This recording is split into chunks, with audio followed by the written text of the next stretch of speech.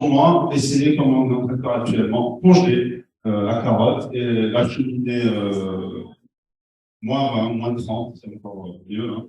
Et puis la cheminée, on a une petite astuce, on arrive à cheminer des choses comme ça dans une bouteille de congelé à litre et demi. Ça arrive parfaitement dur et vous allez voir, il y a des... Voilà. Merci beaucoup. Pour votre intervention. Ils ont marqué leur partenaire. Et j'invite le professeur Antoine pour vous parler de la grosse marche de la.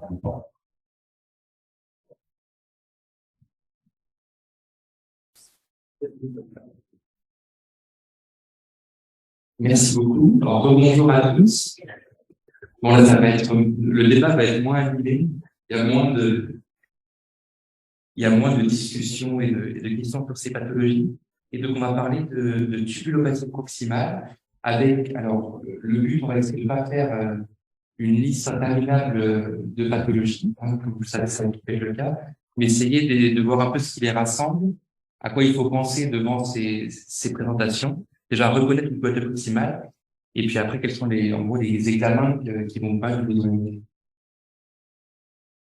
Alors, rappel très rapide, parce que là, on est passé dans le domaine des tubulopathies, à parler de glomérulopathie ce matin. Comme vous savez, donc, le flux sanguin est filtré au niveau du glomérule, et le tube n'a qu'une fonction, c'est absorber le sodium, l'eau, et puis tous les autres électrolytes. Et on parle beaucoup en pathologie du tube contourné distal, parce que en fait la régulation fine, donc ce qui amuse beaucoup les néphrologues, c'est ce qui se passe plutôt là. Mais en fait, quand on regarde les schémas, vous voyez que finalement, si on présente du sodium, c'est seulement 2% du sodium qui va être absorbé là. Donc ça, c'est régulé, c'est important, mais la grande majorité de la radiation se fait au niveau du tube contourné distal. Ça, c'est la première chose à retenir. Et je vous ai mis cette citation, alors c'est en anglais, mais on va pas dire que parce que je la trouve assez intéressante et presque drôle parfois. Il dit que le tube contourné proximal, c'est très important. Parce que ça réabsorbe la majorité de l'eau et du sodium, mais aussi parce que ça réabsorbe plein d'autres choses. Donc là, il nous donne des acides aminés, certaines protéines, le glucose, le phosphate. Et pour donner un peu l'idée, ça va être toujours ça quand on parle avec nos internes. Imaginez si vous n'aviez pas de tube contourné proximal, vous y gagneriez 120 litres par jour. C'est quand même pas très compatible avec une activité autre. Plus à peu près 18 moles de sodium. 18 moles de sodium, c'est pas 8 moles, hein, c'est 18 moles de sodium, c'est 1 kilogramme de sel. Donc il faudrait manger quelques salières complètes par jour. Et puis, on parle même pas des 100 grammes de sucre et puis de tout le reste. Et donc, la conclusion, c'est pour résumer, c'est difficile de survivre sans tube contourné proximal. Alors, quand on parle de tube proximal, très souvent, bien sûr, on pense d'emblée au syndrome dont on appelle de Tony-Dobré-Fanconi, qui a été décrit en fait à partir des années 30. Et le nom est assez long parce qu'à chaque fois, vous allez voir que c'est une association de différents troubles. Et donc, à chaque fois, chacun de ces messieurs en a décrit un. Et donc, à chaque fois qu'on écrit là, il rajoutait leur nom au bout du syndrome. Donc, en fait, monsieur Fanconi, lui, il a décrit des patients avec donc un retard de croissance, un rachitisme, protéinurie, glycosémie. Et puis, c'est monsieur De Tony qui a décrit l'association avec une hypophosphatémie. Et c'est monsieur Debré qui a suspecté de dire que probablement les protéines qu'on trouvait, c'était des acides organiques dans les urines.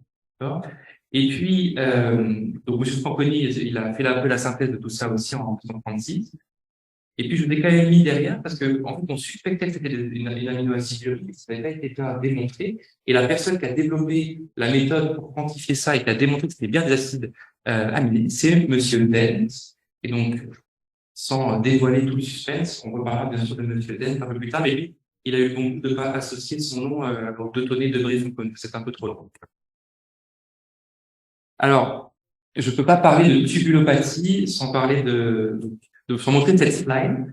Alors ça, c'est pas Monsieur ni de Tony, ni de Brady Fanconi, c'est Georges Deschênes qui est donc mon mentor et qui était un grand amoureux des tubulopathies. En fait, il a fait la moitié de sa carrière sur les tubulopathies, puis après, au milieu, il a décidé d'avoir s'intéresser aux glomérulopathies. Mais avant ça, il avait fait cette thèse de science sur les tubulopathies, et puis il avait un goût pour les couleurs et pour les schémas assez flashy. Mais c'est un des meilleurs schémas de la cellule du tube coordonné proximal, et on l'utilise pour faire le tri entre nos résidents. Il y a ceux qui aiment et qui restent et qui deviennent en néphropédiatre, il y a ceux que ça fait fuir et ils font autre chose. Donc, ça, c'est une blague. Alors, et ce que je voulais vous montrer, c'est que globalement, cette cellule, il y a plusieurs choses. Alors, on va revenir après en détail en fonction des pathologies, mais l'important, c'est que cette cellule, elle a besoin de réabsorber en fait plein de choses, que la plupart de ces réabsorptions se font coupler au sodium. Donc là, vous voyez par exemple les NAPI qui sont des cotransporteurs sodium-phosphore. Et en fait, pour pouvoir donner de l'énergie pour ces réabsorptions, vous avez besoin du coup de créer un flux qui va extraire le sodium, sortir de la cellule et faire entrer du potassium. Et ça, c'est la NAK-ATPase. Donc c'est, j'allais dire, un des transporteurs les plus importants dans cette cellule, puisque en fait, ça, c'est ce qui vous donne l'énergie nécessaire pour absorber tout le reste. Et donc, on va en reparler. Dans les myopathies proximales, il faut bien imaginer que vous pouvez avoir des choses qui posent des problèmes qui sont soit au niveau de certains transporteurs, et donc là, souvent, vous allez avoir des symptômes qui sont des choses qui sont un peu partiels, soit vous pouvez avoir, on va dire, une toxicité globale sur la cellule. Donc là, ça va généralement impacter l'ensemble des fonctions de réabsorption. Soit vous allez avoir une anomalie au niveau de l'énergie.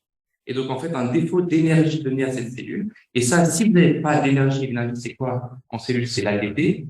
Aussi, vous n'avez pas une production suffisante d'ATP, vous n'avez pas assez d'énergie vous n'avez plus de moteur à cette réabsorption, et donc vous allez commencer à perdre et à arrêter de réabsorber. Alors, on reverra cette diapo à chaque fois en détail. Alors, si on revient sur la déficience du myotopathie proximale,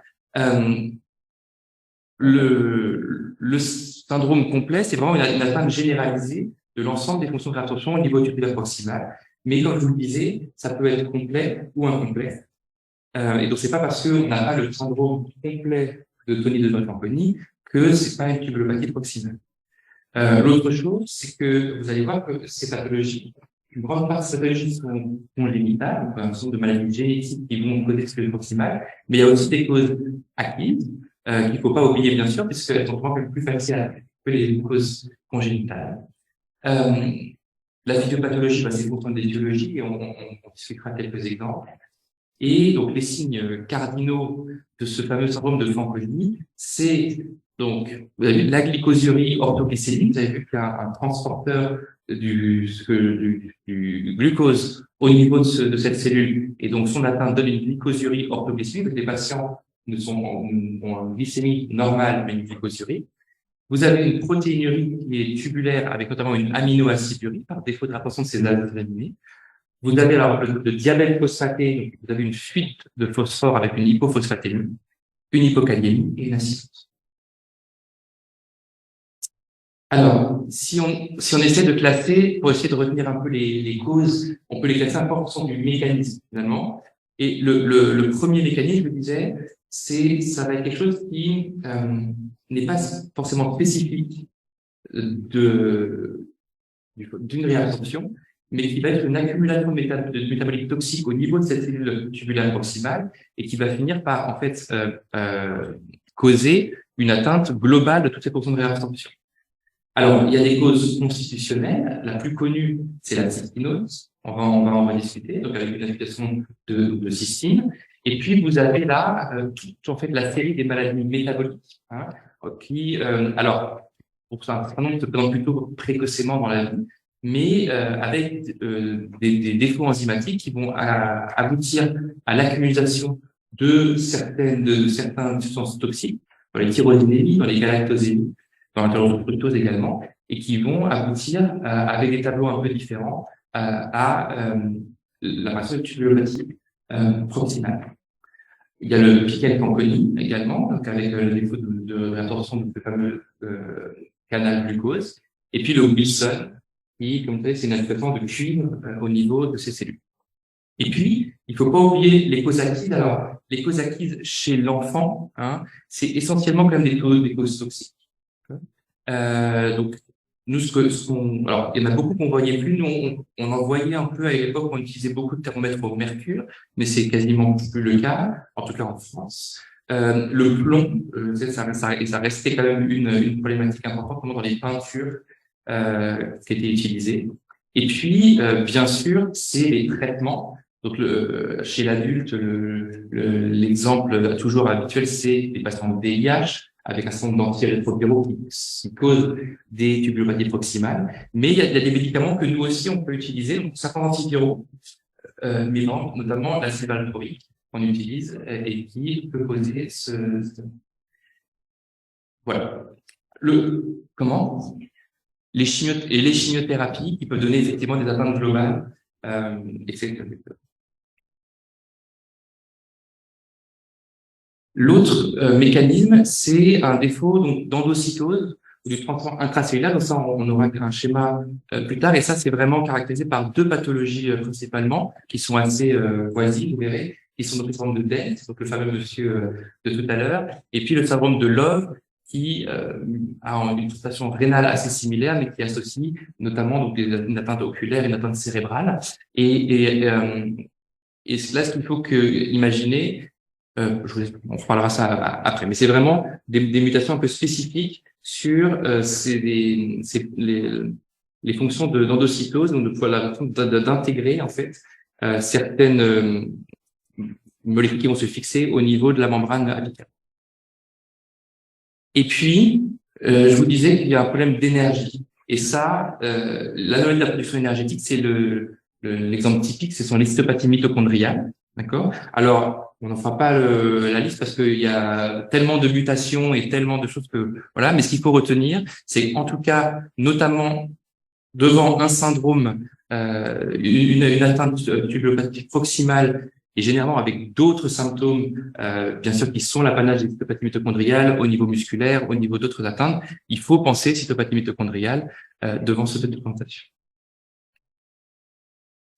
Alors, la clinique, on va discuter, elle dépend principalement quand même de l'étiologie, de l'étiologie. Finalement, la tubulopathie, l'atteinte rénale, vous avez vu, elle est pas spécifique. Alors, en fonction du type de pathologie, vous pouvez avoir une forme plus ou moins généralisée ou plus ou moins spécifique, mais ce qui fait le plus souvent le diagnostic, c'est les atteintes extra-rénales associées à ces maladies. Mais si on regarde au niveau rénal, qu'est-ce qu'on a? Bon, on a bien sûr un peu la concentration des urines, puisque vous avez une fuite d'eau et une fuite de sodium, le syndrome polyuropolycystique chez ces patients, et puis donc un risque de déshydratation, le fébricule, ce qui est assez fréquemment décrit dans à peu près toutes les pathologies qui sont associées à une déshydratation chronique.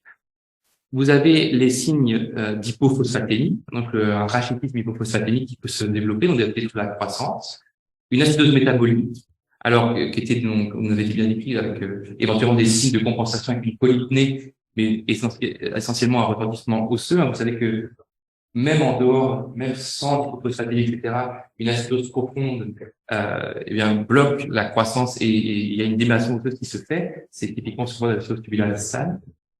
Et puis, après, donc des signes, certaines hypocalémie qui peut donner des crampes qui peut être symptomatique.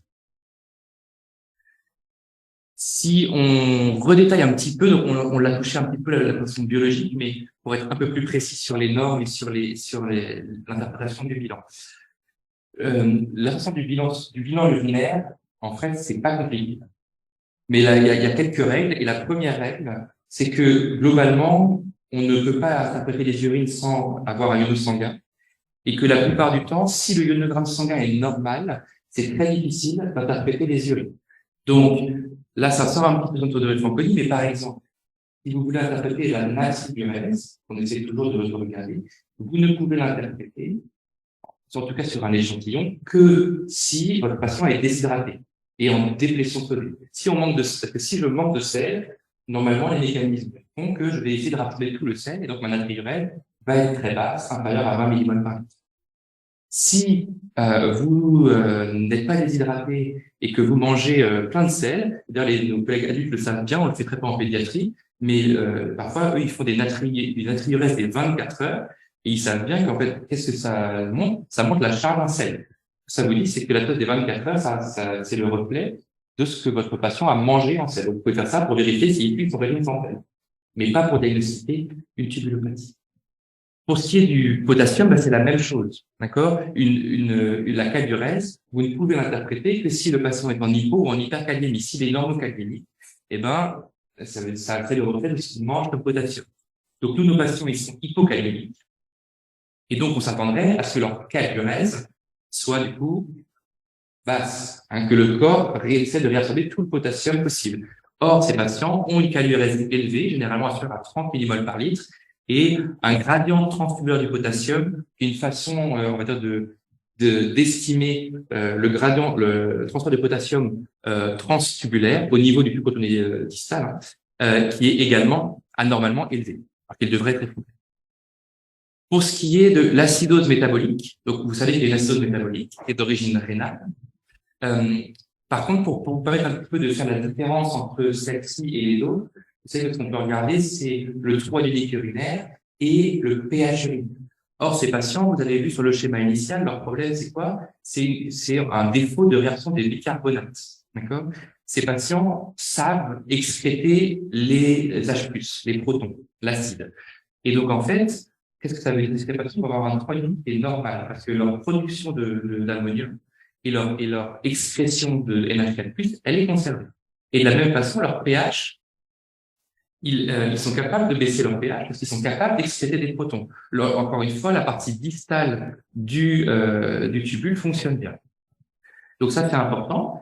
L'hypophosphatémie, bon, donc ça, et de nouveau, vous avez compris qu'il y a un problème de réabsorption du phosphore, et donc le taux de l'absorption du phosphore qui devrait normalement, quand vous êtes en hypophosphatémie, être quasiment à 100%, hein, le phosphore, on le réabsorbe quasiment complètement, est abaissé. Hein, et donc même un TRP à 80%, si vous êtes en hypophosphatémie, c'est absolument anormal. La glycose urine en mobilité, donc ça, il suffit de trouver du glucose dans les urines. Normalement, on n'en trouve pas chez l'enfant. Un défaut de réaction de l'acide urique également. J'ai rajouté ça avec tout pour le docteur Zéro qui aime beaucoup l'acide urique. Effectivement, ces patients généralement s'associent avec une hypouricémie et avec donc une fraction de la fraction d'excrétion de l'acide urique. Donc ils ont une perte d'acide urique qui est anormale, et puis une protéinurie, mais qui est une protéinurie tubulaire, donc pas de microalbumine dans les urines. Et donc si on dose, on ne peut pas forcément, on n'apporte pas forcément grand-chose, mais on trouvera de la bêta-glucoglobuline, on trouvera bien sûr des acides aminés, et puis on perd d'autres choses comme la carnitine par exemple. Alors, maintenant, on va essayer de parler un petit peu des grands cas pathologiques. Même si certaines pathologies, vous verrez, ce sont des pathologies qu'on voit peu. Et donc, notamment pour ce qui est des maladies métaboliques, je pense que c'est quelque chose, il faut surtout essayer de ne pas passer à côté. Parce que il y en a qui sont traitables, c'est la première chose. Et donc, on a une cause traitable, donc il faut pas la rater. Il y a, pour la plupart, quand même des séquelles assez précoces, que ce soit au niveau hépatique ou cérébrales, qui ne sont pas forcément réversibles.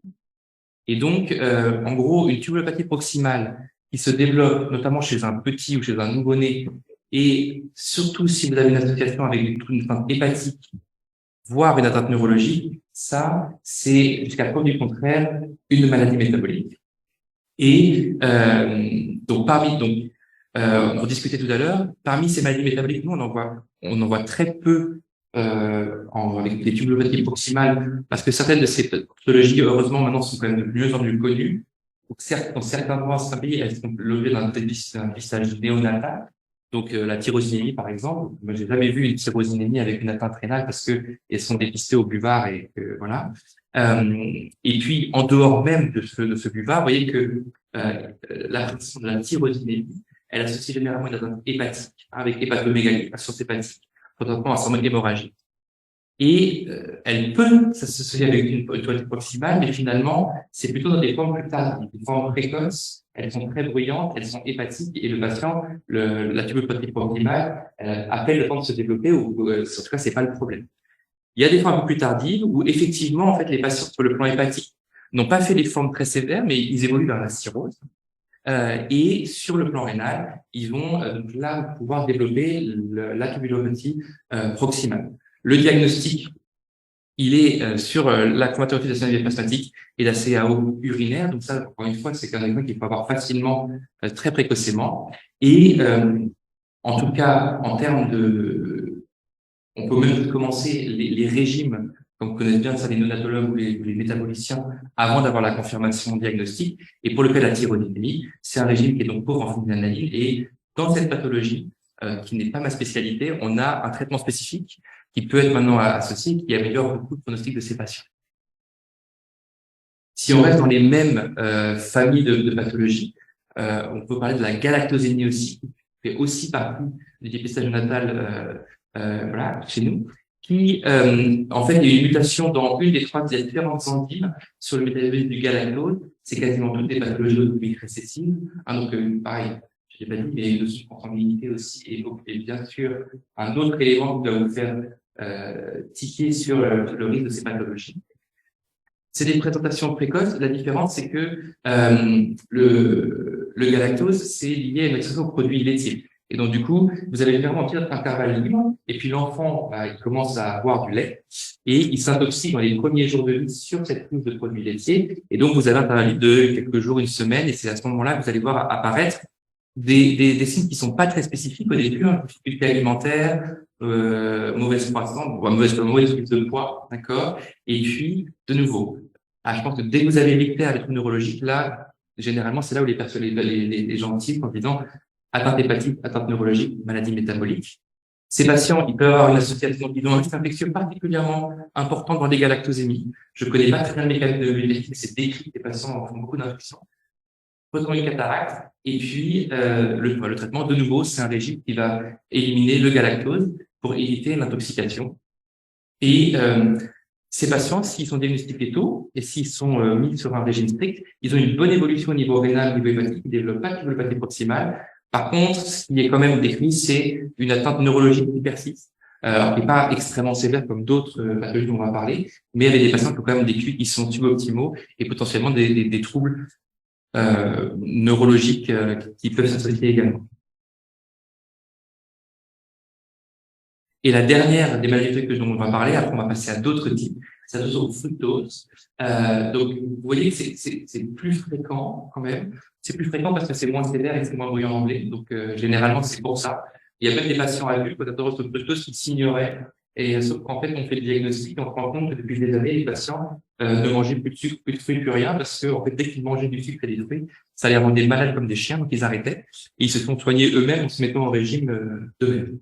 En tout cas, pour ce qui nous intéresse, c'est donc des patients qui vont avoir un développement plus tardif, puisque bien sûr, c'est au moment de la diversification qu'on va commencer à avoir un apport de fructose. Et donc, c'est des symptômes plutôt au moment de la diversification, avec des hypoglycémies qui sont un peu paradoxales parce qu'elles surviennent juste après la prise justement de sucre, qui est un peu inhabituel, une acétose lactique, une cétose, et puis de nouveau des douleurs, des symptômes plutôt digestives. Si on fait le diagnostic rapidement pareil et qu'on fait une éviction, ça évolue très bien. Si on a une persistance d'un régime avec du fructose et malgré tout ça, et ben c'est là où on va pouvoir voir se développer en fait le centre d'accumulation avec l'atteinte hépatique et l'atteinte rénale et cette tubulopathie proximale. Il peut évoluer jusqu'à la fréquence hépatique ou rénale, mais encore une fois, qui est rare. Je ne sais pas si on a des patients en instance rénale sur les fructosémie. Alors, maintenant on va parler quand même un petit peu, on ne peut pas ne pas parler de cystinose, c'est la première cause de tubulopathie proximale chez l'enfant. Et donc la cystinose, je vous ai remis le schéma ici. Vous voyez ici, donc à ce niveau-là, vous avez les lysosomes, d'accord. Et donc vous savez que le lysosome c'est essentiel pour recycler tout un tas de protéines et d'assaisonner, et notamment donc la cystine qui est recyclée au niveau du lysosome et qui doit être excrétée du lysosome, parce que sinon il y a une accumulation dans le lysosome. Et cette excrétion, elle se fait par une protéine, la cystinosine, on va vous montrer, et qui est la cible des mutations de la cystinose.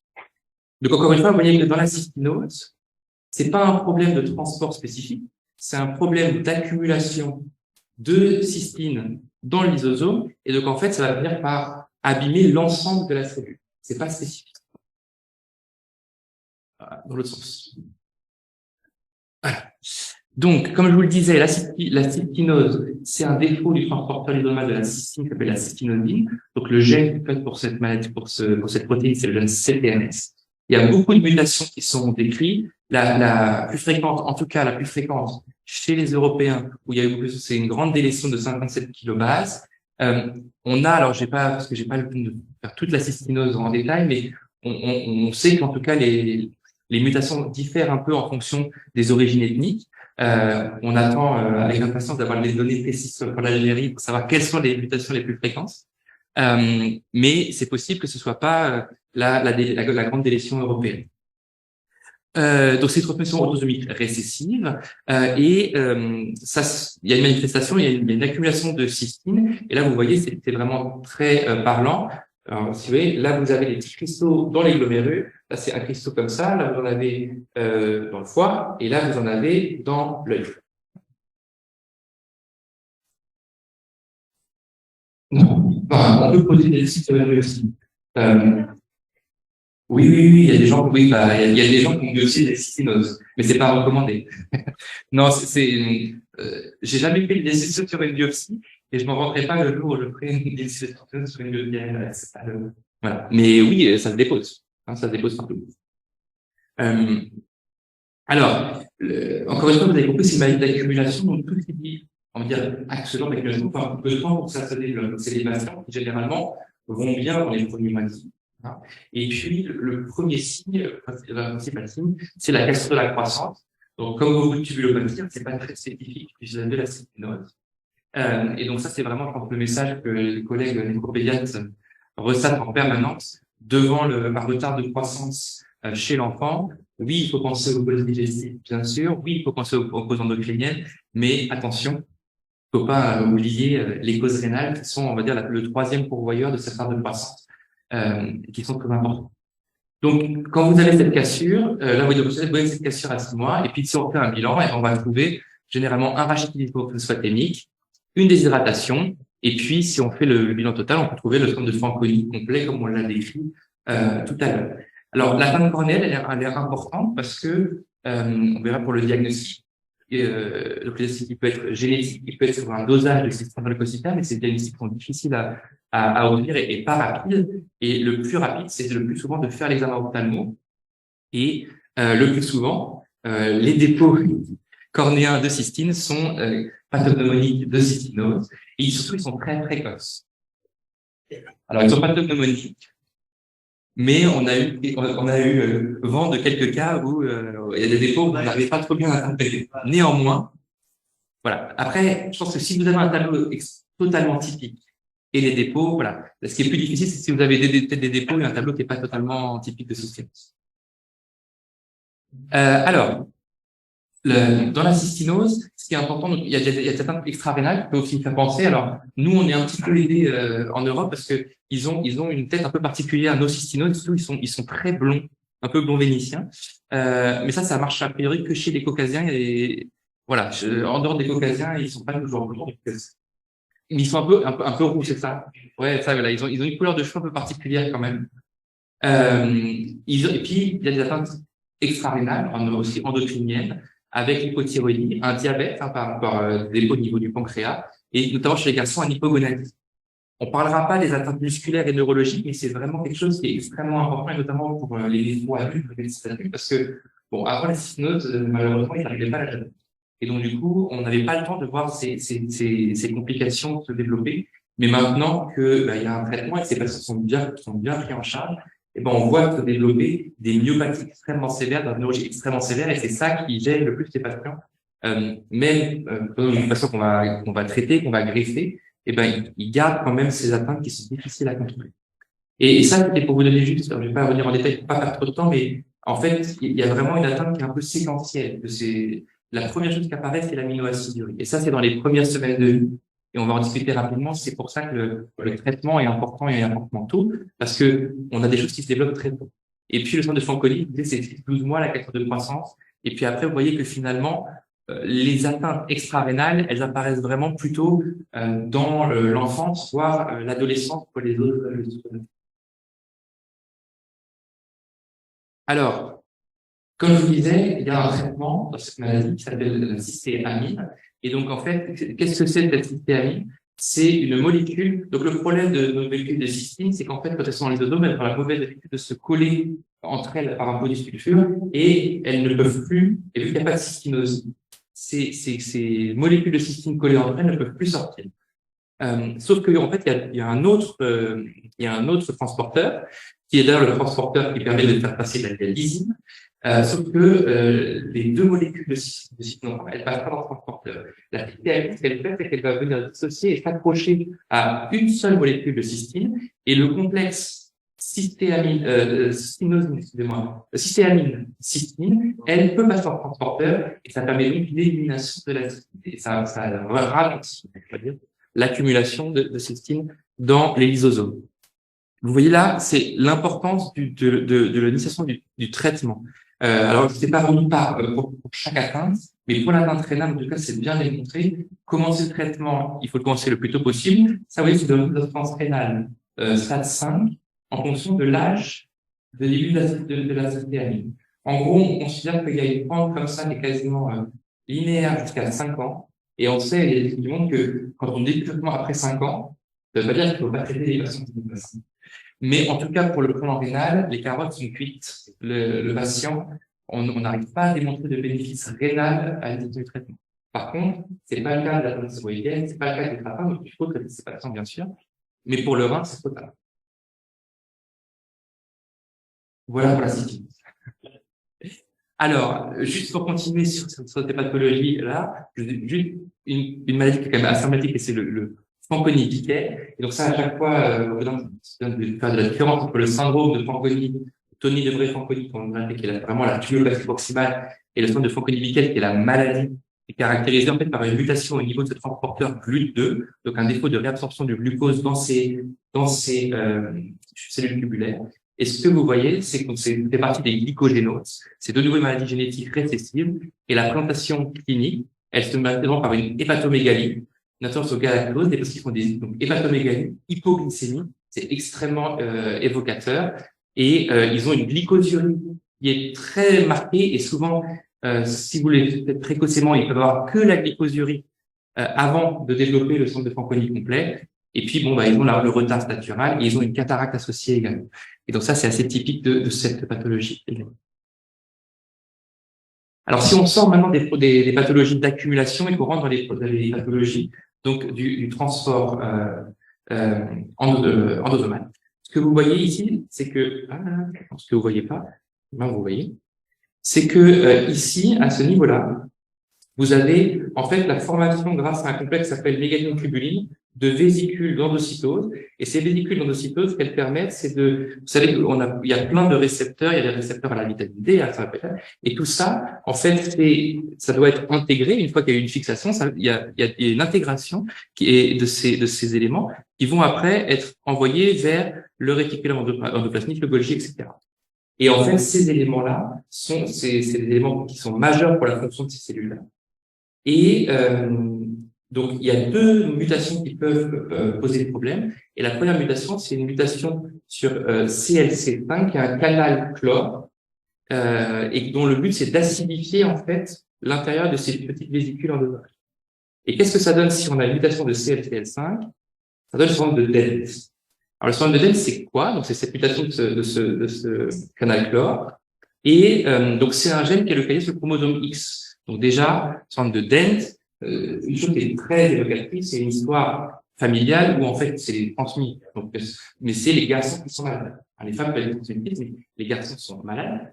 Et donc il y a un défaut d'association endosomale. Et donc c'est ce que je dis. Donc un défaut finalement de dissociation entre les ligands et les récepteurs qui sont dans ces vésicules endosomales. Un défaut de recyclage de ces protéines dont j'ai parlé, méganotubulines. Et puis, donc, c'est un drépanocytose qui touche toutes les éléments. Du coup, qu'est-ce qui est au premier plan? C'est les signes phosphocalciques dans cette pathologie. Et donc, vraiment, on va dire le signe, nous, la façon classique de le diagnostiquer, c'est des patients qui nous sont adressés pour des protéinuries, des explorations de protéinuries, et vous explorez, vous trouvez l'hypercalciurie, vous trouvez une néphrocalcinose, et si vous regardez la protéinurie, c'est pas gratuit. Et donc, du coup, vraiment, c'est l'association entre une protéinurie et une hypercalciurie, une néphrocalcinose, qui doit faire évoquer le diagnostic chez un garçon. Alors, dans des formes un petit peu anciennes, ça avait été appelé rachis vitamino-résistant hypercalciurique lié à X. C'était des anciens noms qui décrivaient un peu qu'on pouvait quand même avoir, du fait de ce défaut de résorption, notamment du défaut de l'endocytose et un peu comme des carences en vitamine D, donc un rachitisme qui était vitamino-résistant et qui était hypercalciurique et qui était lié à X. Alors, encore une fois, dans le centre de Dent, et c'est un peu le cas de toutes ces pathologies, on peut avoir des tableaux plus ou moins complets. Donc, je vous disais, ce qui est nécessaire, c'est l'hypercalciurie et la protéinurie tubulaire. Ça, c'est 100% des patients. S'il n'y a pas ça, c'est pas un Dent. Mais après, vous voyez que donc, la néphrocalcinose, c'est très fréquent. Bien sûr, ça va se développer, enfin, plus le temps passe, plus la néphrocalcinose sera importante. Donc, si vous faites un diagnostic très précoce, vous pouvez avoir une néphrocalcinose qui est minime. Et puis, vous voyez qu'après, finalement, les autres atteintes, donc elles sont soit en lien avec l'hypercalciurie, soit des atteintes qui peuvent être un peu du type du spectre du Fanconi, mais qui sont beaucoup moins fréquentes. On reparlera de l'évolution et de ces patients et leur pronostic. Mais je voulais avant, pour les comparer, vous parler d'un autre syndrome, le syndrome de Love. Donc, le syndrome de Love, il s'appelle le syndrome oculo-cérébro-rénal, donc le diagnostic est dans le nom. Vous voyez que c'est heureusement beaucoup plus rare. C'est également une transmission qui est liée à X, donc c'est quasiment exactement des garçons. C'est des mutations de nouveau dans 30% des cas, et il y a beaucoup de différentes mutations, et elles touchent en fait un gène, qui est le gène OCRL1, comme pour une protéine qui, elle, est située en fait dans le Golgi.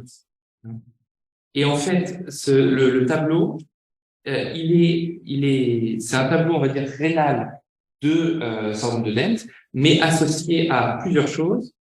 Un faciès particulier, avec une dysmorphie, une bosse frontale, des yeux enfoncés, des joues un peu rebondies, qui sont assez clairs pour nous. Et puis, vous avez une atteinte neurologique, et c'est ça la gravité de cette maladie, c'est des patients dont l'évolution neurologique est assez catastrophique, avec, donc, dès la naissance, plus souvent, des patients qui sont hypotoniques, et un retard en fait qui s'aggrave avec le temps.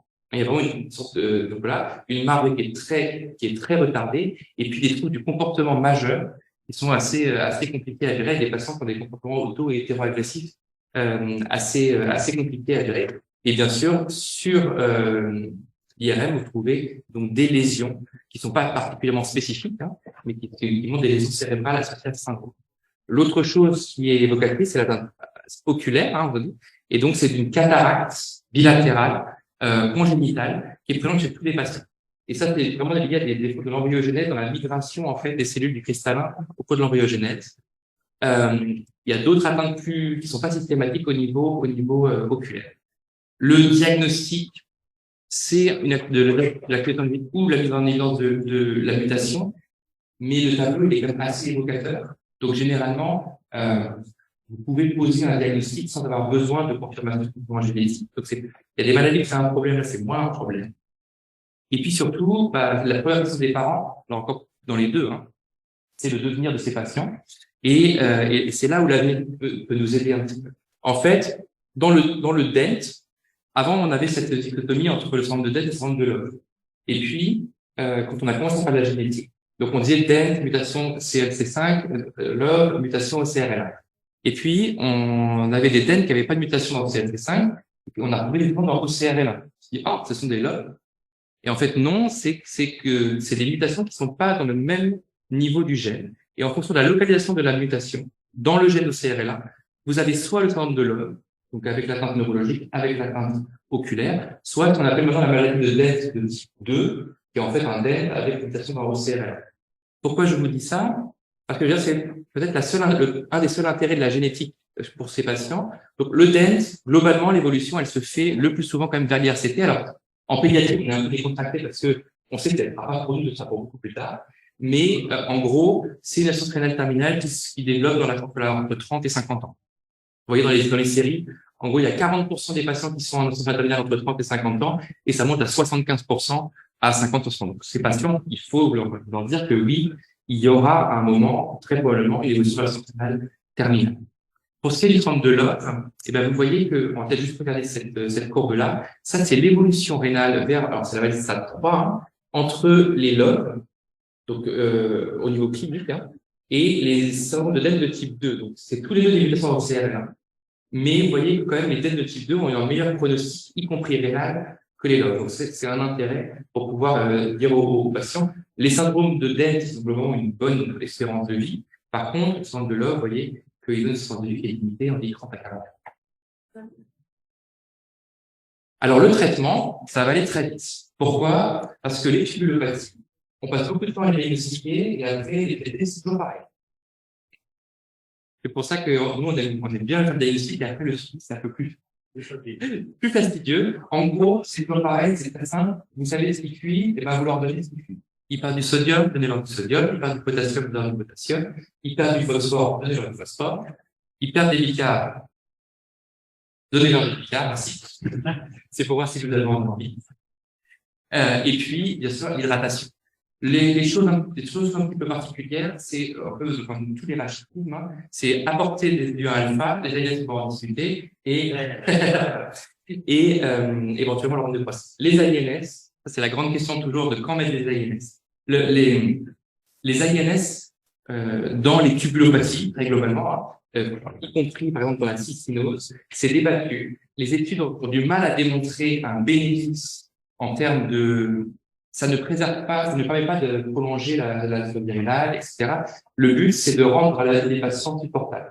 Parce que quand on met sous INS, que ce soit une cystinose, un syndrome de Bartter ou des tubulopathies, ce qu'on voit quand même, c'est une diminution franche. Il y a deux choses qu'on peut voir. Une diminution des besoins en supplémentation en sodium, en potassium et en eau. Et vous savez quand même que certains de ces patients-là, leur problème, c'est qu'on a du mal à leur apporter tout ce dont ils ont besoin. Alors, des sondes gastriques, des gastrostomies, et ils sont en gavage nocturne, voire, moi, on avait un Bartter qui était en gavage en 24 heures sur 24.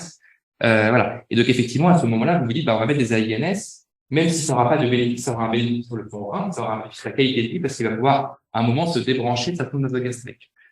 Et ça, c'est pour ça que c'est des traitements plutôt chez les petits. La plupart du temps, quand ils grandissent, on peut les arrêter, parce que chez un adulte, proportionnellement, les apports en eau et les apports en sodium deviennent beaucoup plus raisonnables, et on arrive à les prendre par la bouche. L'autre intérêt des INS, c'est ça, j'ai un peu, c'est chez les bactères. Les bactères, en fait, si vous regardez, ils ont tous des taux de maturation stochastique, ils ont tous une hyperpara. Et nous, on a un certain nombre de patients qui, même avec bien réhydraté, bien ça, garder cette hyperpara et cette atteinte osseuse, et en fait, on les met sous INS, et il y a un effet direct au niveau osseux, donc c'est un autre bénéfice éventuel. Mais... Et sur ce, merci beaucoup.